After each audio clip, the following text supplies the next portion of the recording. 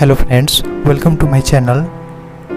Today I am talking about the president, how to become a president. तो चलिए आप लोगों को पता होना चाहिए सबसे पहले प्रेसिडेंट का जो इलेक्शन जो हुआ था, फर्स्ट इलेक्शन वो 1952 में हुआ था, जो 2 मई 1952 में हुआ था।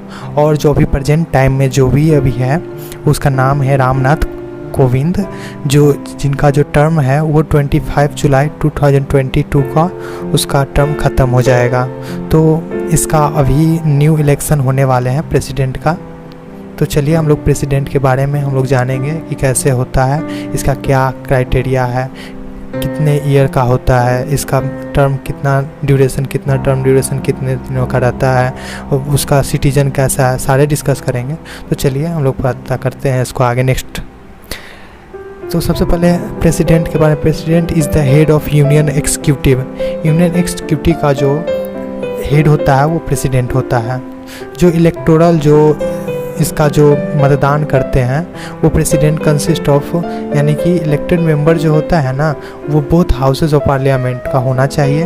The elected member of legislative assembly of the states कह रहा है क्या कि इलेक्टेड जो मेंबर जो होते हैं लेजिस्लेटिव असेंबली का जो स्टेट का जो लेजिस्लेटिव असेंबली होता है उसके मेंबर होने चाहिए।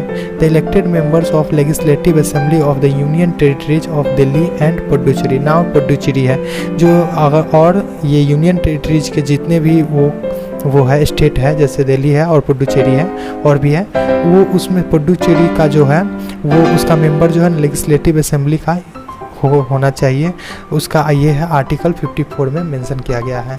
इन the president of election vote of an, तो सबसे पहले प्रेसिडेंट का जो इलेक्शन जो होता है वो एमएलए का कैसे होगा, इसका फाइंड करने का तरीका कैसे होता है। प्रेसिडेंट का जो इलेक्शन जो हुआ, वोट हुआ, उसको हम लोग फाइंड कैसे करेंगे कि कौन जीता, कैसे हम लोग सारा वैल्यू निकालेंगे।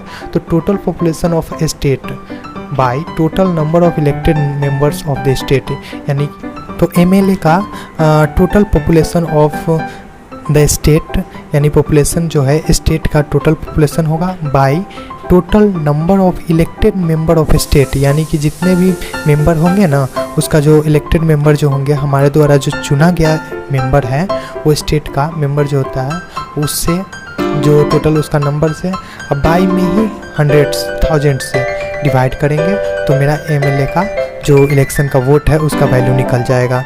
मेंबर ऑफ पार्लियामेंट का कैसे होता है, the sum vote value of elected number of all the legislative assembly, यानी कि जो सम करना है वोट का वैल्यू ऑफ इलेक्टेड मेंबर, यानी जो भी इलेक्टेड मेंबर है उसके सारे वोट को हम लोग को क्या करना है, सम करना है लेजिस्लेटिव असेंबली का।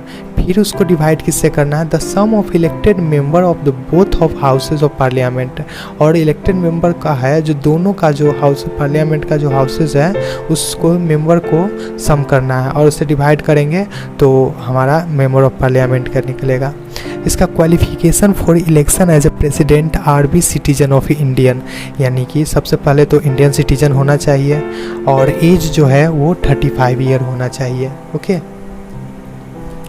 एज जो है मेरा इसका ये क्वालिफिकेशन क्या था, इसका क्वालिफिकेशन में सबसे पहले सिटीजन इंडिया होना चाहिए, एज 35 होना चाहिए कम से कम। और ये अमेरिका में ऐसा नहीं है, अमेरिका में सेम बात, तो सिटीजन वहाँ अमेरिका का होना चाहिए, बट भारत में क्या होता है कि जन्म लिया ही हुआ जो है ना वही नहीं होना चाहिए। उससे एक्स्ट्रा में ये भी होता है कि भारत में आप नागरिकता भी प्राप्त कर ली है किसी और माध्यम से भी तो भी आपको सिटीजन माना जाएगा, आप इलेक्शन के लिए एलिजिबल है। ओके, और अमेरिका में क्या होता है कि वहाँ का नागरिकता से मायने नहीं है, वहाँ का आप जन्मे ही हुए होना चाहिए तभी आपको ये एलिजिबिलिटी मिलेगा। तो और फिर आगे है be qualify for election as a member of house of the people, यानी कि इसका जो क्वालिफाई करेगा वो इलेक्शन को मेंबर ऑफ द हाउस करेगा।